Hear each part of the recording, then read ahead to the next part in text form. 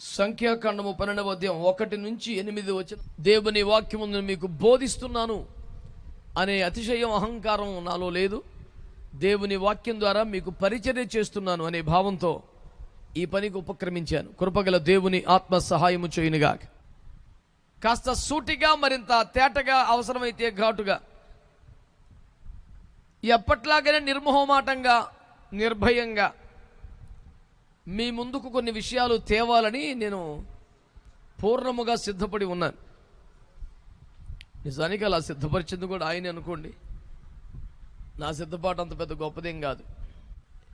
ఇక్కడ దైవజనులైనటువంటి మోషే, అహరోను, మిర్యాము అనే ముగ్గురి మధ్య ఉన్నటువంటి సంబంధాన్ని, అనుబంధాన్ని, సంభాషణల్ని పరిగణలోకి తీసుకొని ఈ ముగ్గురికి యజమాని అయిన దేవుడు ముగ్గురిని తన గుడారానికి పిలిపించుకొని కాస్త తీవ్రంగా మాట్లాడిన మాటలను మనము చదువుకున్నాం. దేవుని ప్రాధాన్యత లిస్టులో ఏ విధంగా ఉంటుందో మనకి అలాగే ఉండాలి. అలా లేనప్పుడు అలా ఎందుకు లేదని ప్రశ్నింపబడతాం దేవుని చేత. అది ఇందులో ముచ్చట. ప్రాబ్లం ఎక్కడొచ్చింది? మేము పెద్దోళ్ళం కదా, ఒక మాట చెప్పరా కనీసం అని ఫీల్ అవటం వల్ల వచ్చింది. మనము ఏమై ఉన్నామో, దేనికంటే పెద్దవాళ్ళమో, దేనికంటే తక్కువ వాళ్ళమో, అసలు మన యాక్చువల్ పొజిషన్ ఏంటో, పొజిషన్ ఏంటో దేవుని వాక్య పద్ధతిలో 1కి 10 సార్లు చూసుకొని ఆ పొజిషన్లో కూతురుగా ఉంటే పర్యవసానాలు మనకి ఇబ్బందికరంగా ఉండవు, ప్రశాంతంగా ఉంటుంది ప్రాణం. లేకపోతే ట్రీట్మెంట్ చాలా కఠినంగా ఉంటుంది. యేసుప్రభు దగ్గర ఆయన కంటే ప్రేమ గలన యజమాని లేడు, ఆయనకంతే కఠినంగా తీర్పు తీర్చే పెద్ద మనిషి కూడా లేరు. వాళ్ళు తప్పు చేస్తేనే ₹1 వేస్తాడు, మనం తప్పు చేస్తే ₹10 వేస్తాడు ఫైన్. యేసు మనల్ని అభిమానించమన్నాడా, వెంబడించమన్నాడా? మనం యేసయ్యకి అభిమానులమా, అనుచరులమా? అది అది అది అదొక్కటి పట్టుకోండి సీరియస్గా. సిన్సియర్గా ఫాలో అవుతుంటావా? అసలు ఫాలో అవ్వకుండా నీ లైఫ్ నువ్వు మెయింటైన్ చేసుకుంటూ కేవలం అభిమానిస్తుంటావు. అసలు మాట్లాడితే ఆయన మాట్లాడాలరా అసలు. అబ్బో, ఆయన అంటే పిచ్చి ప్రేమ, వీరాభిమానం. ఛాన్స్ వస్తే దంచి కొడతాం ఆయన మీద, కానీ ఆయన ఫాలో చేస్తామని ఆయన ఫాలో అవ్వం. మన లైన్ మనకు ఉంటుంది ఒకటి, మన టేస్ట్ మనకు ఒకటి ఉంటుంది, మన రూట్ మనకు ఉంటుంది. ఎట్టి పరిస్థితుల్లో యేసు ప్రభుని ఫాలో అవ్వనోడు యేసు ప్రభుకు వీరాభిమాని. దరిద్రం అది నేను చెప్పేది. మీకు అర్థమైందో లేదో? సకల దరిద్రాలకి పెద్ద దరిద్రం ఏంటంటే యేసు ప్రభు యొక్క వీరాభిమాని యేసు ప్రభు ఫాలోవర్ కాడు. ఆడికి యేసు ప్రభు అంటే చాలా ఇష్టం. ఒక్క మాట మాట్లాడితే కత్తి తీసుకుని ప్రభుని గురించి తేడాగా మాట్లాడితే మర్యాదగా ఉండదు. ఏమనుకుంటున్నారు? ఆయన పరిశుద్ధుడు. రే ఆయన అంటాడు, ఎవడున్నాడు రా సవాల్ అంటాడు, తొడగొడతాడు, మేసం తిప్పుతాడు, ఎన్నని చేస్తాడు. మరి నువ్వు ఫాలో అవుతున్నావు అంటే మరి అది ఆడు ఫాలో అవడు. ఆడు రోడ్డు వేరే. ఒక సమస్య అడ్డ డీల్ చేస్తాడు, యేసులా కాదు. ఒక అబద్ధం అడ్డ డీల్ చేస్తాడు, యేసు ప్రభులా కాదు. ఒక పాపిని అడ్డ డీల్ చేస్తాడు, యేసు ప్రభులా కాదు. ఒక సమాజంలో బాధ్యతను ఎట్లా డీల్ చేస్తాడు అసలు యేసు ప్రభు స్టైలే. ఈ అభిమానులు ఎవరికి కావాలండి? జనసమూహంలో కూర్చొని ప్రసంగం చేస్తుండే వావ్ అని చప్పలు కొట్టే వాళ్ళందరూ నిలబడుకుంటాడు సార్. గల్లీలో కూర్చొని, వీధుల్లో కూర్చొని వాళ్ళు మాట్లాడాడు అసలు వాక్యం. అద్దిరా ఉపదేశం అంటే.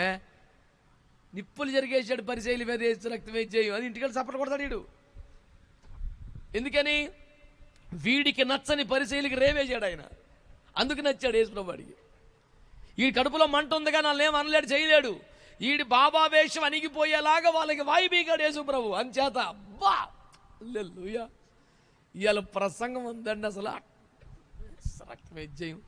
వీడు కేవలం అభిమాని. అవసరమైతే వాళ్ళలాగానే కటౌట్ పెడతాడు, అవసరమైతే ఒక రాత్రి నిద్రగాసి వాల్ పోస్టర్లు ఎత్తాడు, ఎన్నైనా చేస్తాడు అభిమాని వీడికి.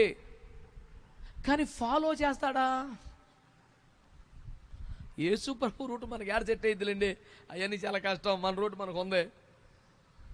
ఎప్పటికీ దేవుడు వానిని వాడుకొనలేడు, అవకాశమే లేదు. అసలు ఆ రూట్లోకి రాలేదు వీడు. ఎట్ట వాడుకుంటాడు? కృప తప్ప వేరొకటి లేదా, అది ఉండాలి కడుపులో ఎప్పుడు. పాత్రుడను కానయ్యా, అది ఏడవాలి ఎప్పుడు లోపల. ఓవర్ కాన్ఫిడెన్స్ చాలా డేంజర్, సెల్ఫ్ కాన్ఫిడెన్స్ చాలా ఇంపార్టెంట్. దేవునికి స్తోత్రం చెప్పండి.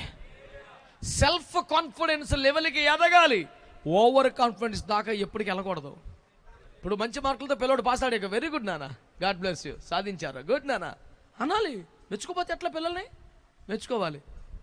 నువ్వు సాధించావురా అంటే అంత ప్రశంస, నువ్వు కాబట్టి అది పొగడతా. ప్రశంస అమృతం లాంటిది, పొగడతా విషం లాంటిది.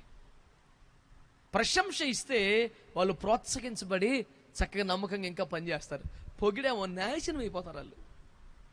పిల్లల్ని ఎప్పుడు కూడా ప్రశంసించాలి, పొగడకూడదు.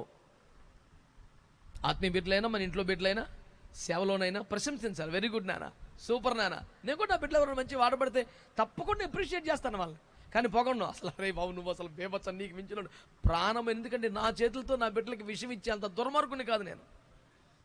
తిడతామైతే తిడతాడు కానీ మెచ్చుకోడు ఎప్పుడు అని. మా బిడ్డలు ఎంత ఫీల్ అయిపోయినా అది నాకు తేటగానే అర్థమవుతూ ఉన్నా ఏం అర్థం కాని అమాయకంగా తిరిగేస్తాను తప్ప నేను మట్టుకు ఆ విషయం ఏమన్నా. అది సావకపోతే మనకే డేంజరు. అందరికి వందనాలు తెలియజేసి 2 చేతులు జోడించి మరీ చెప్తున్నా. ఎంతైనా పెద్దవాళ్ళం కదండి, మరి మేము అదే డేంజర్.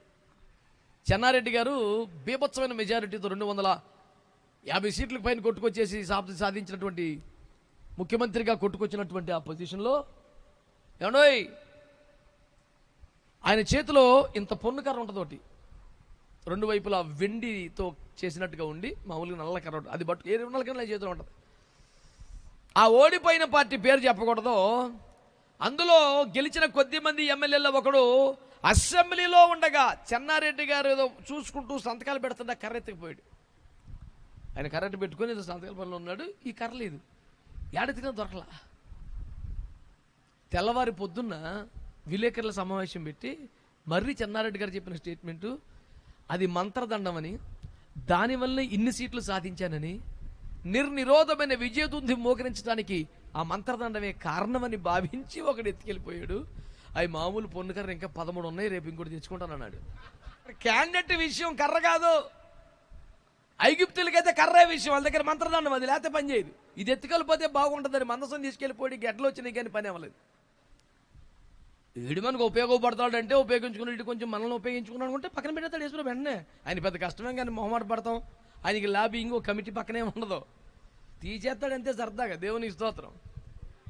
నేను ఎందుకు చెప్పానంటే 30 లక్షల మందిని కథం తొక్కించి పదం కలపడం అంత ఈజీ కాదు. ఒక 100 మందిని వర్షిప్లో లైన్లో పెడతాం చాలా కష్టం అండి. కానీ ఆమె టందంటే 30 లక్షలు అంటే సమాజంలో ఆమెకి ఎంత విలువ ఉందంటారు? ఆమె పట్ల ఎంత గౌరవం ఉంటే ప్రజలు అట్లా ఏకీపించారు.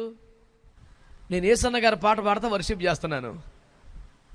ఒక 70% మంది ప్రజలు ఏకీపిస్తారు, 30% మంది మాత్రం కూర్చున్నారు. ఈలోపు ఏసన్న గారి వచ్చి మైక్ నా దగ్గర లాక్కొని ఆయన స్టార్ట్ చేశాడు. ఆ 30% మంది కదులుతారు కదలరా? రేంజ్ ఎందుకు ఉండదు సార్? ఆయన రేంజ్ ఆయనకు ఉంటుంది. అదే పాట నేను పడితే వచ్చా రేంజ్కి ఆయన వచ్చి పడితే వచ్చారు, తేడా లేదంటారా? నేను ఈ మొత్తం చాప్టర్లో జీర్ణించుకోలేని విషయాలు 2. ఒకటి, ప్రధాన యాజకుణ్ణి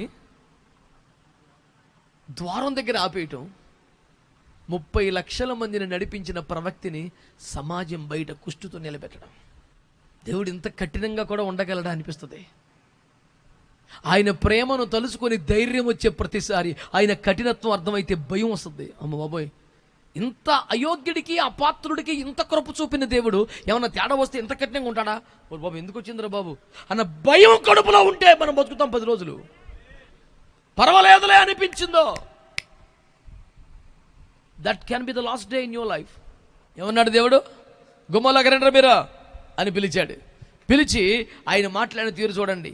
వారిద్దరూ రాగా ఆయన నా మాట వినుడి, మీలో ప్రవక్త ఉండిన యెహోవానకు నేను దర్శనమిచ్చి అతడు నన్ను తెలుసుకొనున్నట్లు. ప్రవక్తలతో ఎలా మాట్లాడతాడంట? కలలో. ఇప్పుడు ప్రవక్త ఎవరు? మిరియాము. మీకు అర్థమైందా? ఆ ప్రవక్త ఎవరో చాలా అమాయకంగా ఎవరి గురించో చెప్పినట్టు వీళ్ళకి చెప్తున్నాడు. ఆయన స్టైలే అది కదా. వీళ్ళకే వాయి పీకుతున్నాడు, వాళ్ళు ఎవరి గురించో చెప్తున్నాడు. మీలో ఒకవేళ ప్రవక్త ఉంటే ప్రవక్తలతో ఎలా మాట్లాడతాను? నేను కల్లో మాట్లాడుతుంటాను. నెక్స్ట్ పదం ఏమన్నాడు? నా సేవకుడైన మోషే అట్టివాడు కాదు, నేను గూఢ భావములతో కాదు దర్శనమిచ్చి ముఖాముఖిగా అతడు యెహోవా స్వరూపమును నిదానించి చూచును. కాబట్టి నా సేవకుడైన మోషేకు విరోధముగా మాట్లాడడానికి మీరేలా భయపడలేదని. ఎందుకు భయపడాలి అసలు? ఎందుకు భయపడాలంటే దర్శనాలను బట్టి, కలలను బట్టి, ప్రవచనాలను బట్టి వాడబడుతున్న సేవకుడు కాదు అతను. మీలో దీర్ఘదర్శుడు ఎలా వాడబడతాడు, మీలో ప్రవక్త ఉంటే అట్లా వాడబడతాడు. కానీ అతడు నా స్వరూపమును నిర్ధానం చూసి మాట్లాడతాడు. ఎదురు బదురు కూర్చొని మాట్లాడుకుంటాం.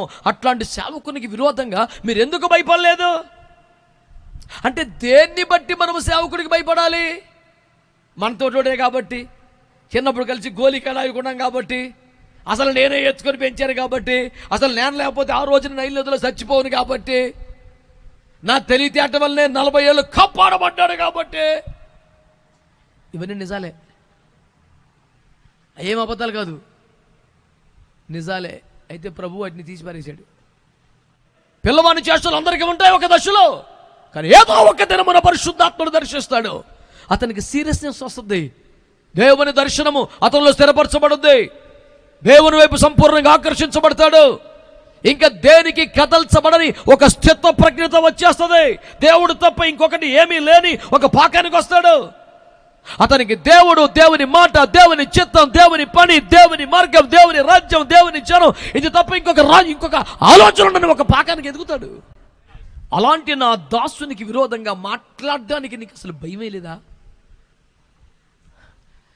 దేవునికంటే భయపడతాను కానండి, దాసుడికి కూడా భయపడాలని తెలియదండి. కుష్టివేద వచ్చేసింది. మరి మిరియాముకు వచ్చింది కానీ అహరోనికి ఏమి రాలేదేంటి అని చాలామందికి ఉన్న డౌట్ అది. దానికి ఎన్నో థియలాజికల్ రీజన్స్, లాజికల్ రీజన్స్ ఉన్నాయి. థియలాజికల్గా ఉన్నాయి, లాజికల్గా ఉన్నాయి. కానీ నేను సమర్థించే ఒక రీజన్, అతను ఎఫోద్తో ఉన్నాడు. ఎఫోదులో ఉండగా ఏ శాపం రాదు ఎవరికి. ఆ డ్యూటీ దిగాక వంతు అయిపోయాక తీసేసాక మనోడు చచ్చిపోయాడు. ఆ సంగతి వేరే. ఇప్పుడు మన అంశం అది కాదు కాబట్టి దాని మీద కంప్లీట్ డీల్ చేయట్లేదు. కెలికాం కాబట్టి ఏదో ఒక ఆన్సర్ ఉండాలి, మనసు నెమ్మదిగా ఉంటుంది కాబట్టి ఒక మాట చెప్పాను. లేకపోతే తులసి ఎత్తుంటుంది, పేనం బీకి ఎత్తుంటుంది. దేవుడు ఎంతైనా సరే ఆయన కూడా ఆడవాళ్ళని అట్లా చేసాడు, మనోడిని సేవ్ చేశాడు, ఆడబిడ్డని చేశాడు, దేవుడు కూడా ఇంతేనట్టవా అని ఒక దుర్మార్గమైన ఆలోచన వస్తుందని నా దేవుని మీద మనస్సులో కూడా ఒక పొరపాటు అభిప్రాయం రాకూడదనే రోషంతో మాట చెప్పాను తప్ప ఇప్పుడు సబ్జెక్ట్ అది కాదు. దేవునికి ఒక మంచి స్తోత్రం చెప్పండి. ఆమె తెల్లని హిమం వంటి కుష్టుదైపోయిందట. ఎఫోదును ధరించిన యాజకత్వ స్థానంలో అహరోను అయ్యా కనికరించమని ఏడ్చాడంట. మేము పాపం చేసామయ్యా, తప్పేనయ్యా. ఆ మాట వాళ్ళు ఒప్పుకోవాల్సి వచ్చింది తప్ప ఆయన ఏమనలేదు సార్. ఎదుటి దైవజనుణ్ణి గౌరవించే క్రమములో వారికి మనం ఎంత గౌరవం ఇవ్వాలి అనేది వారికి దేవునితో ఉన్న అనుబంధాన్ని బట్టి, స్థానాన్ని బట్టి మనం ఇవ్వాలి తప్ప సొసైటీలో వాళ్ళకున్న రేంజ్ని బట్టి కాదు. ఫ్యామిలీలో వాళ్ళకున్న, ఫ్యామిలీలో చిన్నోడై ఉండొచ్చు, సమాజంలో దీనుడై ఉండొచ్చు, ఆర్థికంగా చిన్నవాడై ఉండొచ్చు, కానీ దేవునితో ముఖాముఖి మాట్లాడే స్థాయి కలిగిన వాడైతే అతనితో మాట్లాడడానికి, అతని గురించి మాట్లాడడానికి కడుపులో భయం ఉండాలి.